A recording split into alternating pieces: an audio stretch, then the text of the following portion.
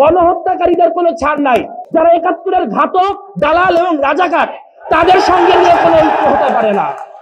২৪-এর শত্রু যারা, বাংলাদেশের শত্রু তারা। আজ আমরা জুলাইয়ের একটি চমৎকার ঐক্য দেখতে পাচ্ছি। আমরা দেখতে পাচ্ছি একই সঙ্গে জাতীয়তাবাদী মানুষজন, ইসলামপন্থী রাজনীতি করা মানুষজন, সমাজতন্ত্রী রাজনীতির মানুষজন সবাই এক জায়গায় উপস্থিত হয়েছেন। আমরা অবশ্যই ঐক্য চাই, আমরা বাংলাদেশ প্রশ্নে অবশ্যই ঐক্য চাই, কিন্তু বাংলাদেশ প্রশ্নে তাদের সাথে ঐক্য হতে পারে যারা বাংলাদেশ নামক ধারণায় বিশ্বাস রাখেন। বাংলাদেশ নামক ধারণাতেই বিশ্বাস রাখেন না, যারা ৭১-এর ঘাতক, দালাল এবং রাজাকার, তাদের সঙ্গে নিয়ে কোনো ঐক্য হতে পারে না। আমরা এখানে নানান মতের, নানান পথের মানুষজন রয়েছি। আমাদের মধ্যে নিশ্চয়ই রাজনৈতিক মতভিন্নতা থাকবে, তর্ক থাকবে, বিতর্ক থাকবে, সবই থাকবে, কিন্তু আমরা যদি একটা প্রশ্নে একমত হতে পারি। এক্সট্রিম মশার কয়েল প্ল্যান্ট ফাইবার দিয়ে তৈরি, তাই সহজে ভাঙে না, সুগন্ধিযুক্ত ও নিরবিচ্ছিন্নভাবে চলে। ডেঙ্গু, চিকুনগুনিয়া বাহি সহ যে কোনো মশার বিরুদ্ধে দেয় এক্সট্রিম সুরক্ষা।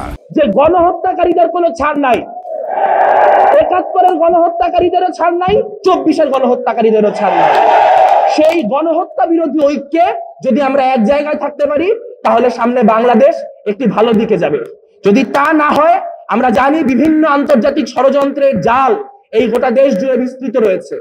আমরা জানি আওয়ামী লীগ প্রমাণ করার চেষ্টা করছে যে তারা না থাকার ফলে বাংলাদেশে মুক্তিযুদ্ধ বিলীন হয়ে গিয়েছে, তার বাংলাদেশে মুক্তিযুদ্ধের অবস্থান নাই। কিন্তু আমরা সংঘবদ্ধভাবে দেখাতে চাই, আমরা সংঘবদ্ধভাবে বোঝাতে চাই যে আমরা যেরকম ২৪-কে ওন করি, আমরা একইভাবে ৯০-কে ওন করি, আমরা একইভাবে আমাদের মুক্তিযুদ্ধকে ওন করি। সেই ৭১ এবং ২৪-এর প্রশ্নে অনড় অবস্থান রেখে আমাদের যে ঐক্য, সেই ঐক্য জারি থাকবে। ৭১-এর শত্রু যারা, বাংলাদেশের শত্রু তারা। ২৪-এর শত্রু যারা, বাংলাদেশের শত্রু তারা।